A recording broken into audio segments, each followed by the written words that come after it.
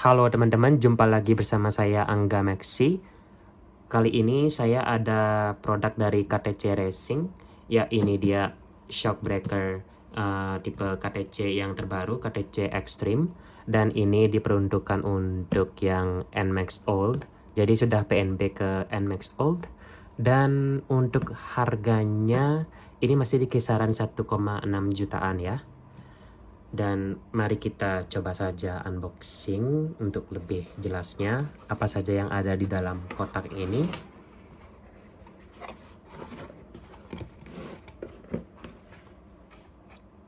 Nah, ini dia. Ini ada 2 buah stiker dari KTC Racing. Dan ini dia shock breakernya.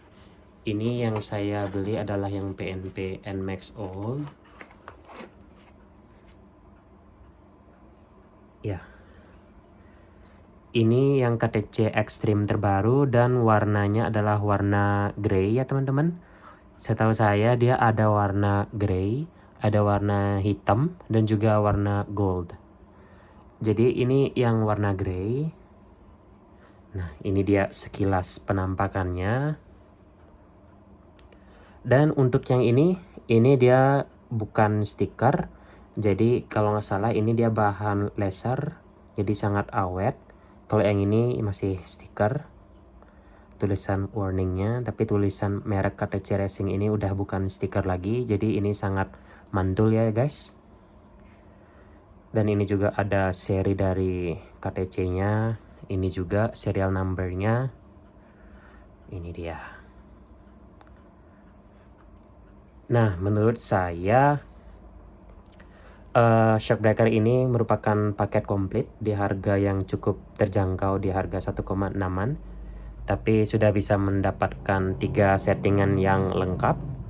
Seperti yang kita ketahui, di sini ada 3 setting. Setting yang ini, dan juga ini satu lagi. Baik, mungkin kita coba ulas dari yang pertama. Untuk settingan yang ini, yang paling atas. Yang paling atas ini namanya preload. Jadi fungsinya ini untuk mengatur kekerasan dari shock saat menerima beban tekanan. Nah, misalnya kalau kita atur semakin renggang, kita atur ini makin ke atas dan semakin renggang dengan pernya, maka ketika mendapatkan beban yang cukup berat, otomatis pernya ini akan amblas. Atau sebaliknya, jika kita atur preload ini semakin rapat dengan per shocknya ini, misalnya kita turunin dan bikin dia semakin rapat, tetapi hanya mendapatkan beban yang cukup ringan, otomatis pernya ini akan kaku karena dia kekurangan beban dan harus kita renggangkan. Nah, jadi itulah pentingnya di sini kita harus coba-coba ya teman-teman, agar menyesuaikan dengan beban kita dan juga kenyamanan kita sendiri. Untuk berikutnya, ini dia. Yang di bagian bawah ini namanya rebound. Jadi rebound ini biasanya ada di bagian bawah shock breaker. Kegunaannya kurang lebih sama, yaitu untuk mengatur kecepatan dari si per ini untuk kembali ke posisi semula. Nah, jadi ini berfungsi ya, ini bukan cuman pajangan. Karena kan biasa produk-produk yang merupakan imitasi atau tiruan, dia juga ada pengaturan ini tapi tidak bisa diatur karena emang hanya sekedar pajangan ilusi gitu. Nah, di sini ada tulisan S sama H, artinya itu adalah ini soft dan ini hard. Jadi ini berfungsi sekali. Misalnya, nah kalau saya putar ke kiri ini udah nggak bisa karena sudah diatur paling mentok ke soft. Jadi yang bisa kita atur adalah kita putar dia ke kanan, karena ke kanan untuk ke hardnya. Nah, kedengaran klik, klik, klik, klik. Nah, jadi dia ini berfungsi. Dan ketika dia sampai mentok, berarti itu artinya udah paling keras. Nah, mentok. Jadi ini udah pengaturan yang paling keras. Nah, menurut saya kita harus menemukan posisi terbaik. Misalkan atur dulu posisinya ini ke yang paling soft ya. Kita balikin ke yang paling soft. Nah, dan ketika shock ini sudah terpasang di motor, kita coba eksperimen. Eksperimennya itu misalnya kita tekan jok yang di belakang, kita tekan jok belakang, lalu seret, kita lihat pergerakan dari shocknya itu, dan shocknya itu kan otomatis akan mental kembali ke posisi semula. Nah, menurut saya yang bagus itu biar mentalnya itu sekali seret, dia ketekan, seret, habis itu seret. Nah, sekali mental.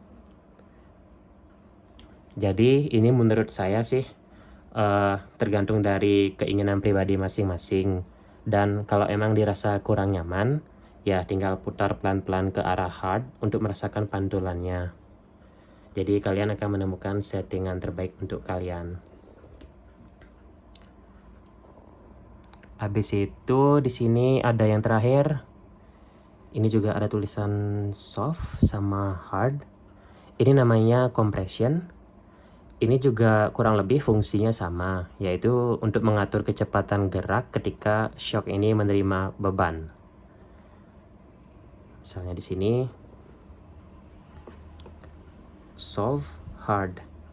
Jadi kalau kita mau atur paling soft itu bawa ke kiri, dan kalau paling hard dibawa ke kanan. Nah, ini dia.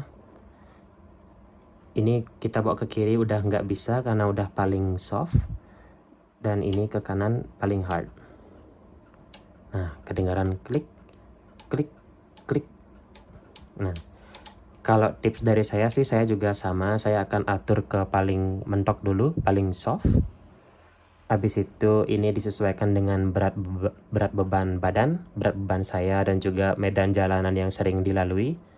Misalnya jalanannya jalanan rusak atau jalanan yang normal-normal aja. Jadi bisa diatur ke paling soft, dan kita bisa amati dan rasakan gimana sih gerakan dari shocknya apabila dirasa terlalu empuk banget. Jadi kalian bisa putar ke arah hard perlahan-lahan untuk merasakan perbedaannya. Dan ya, tips satu lagi, karena ini kan untuk di NMAX dan maupun untuk motor-motor lainnya yang menggunakan dua shock, kiri dan kanan, jadi diusahakan sekali supaya pengaturannya sesuai ya, kiri dan kanan, jangan berbeda. Misalnya kalau yang ini, yang shock kiri paling soft, yang kanan juga harus paling soft. Jadi supaya dia memberikan tekanan yang sama dengan shock kiri dan kanan.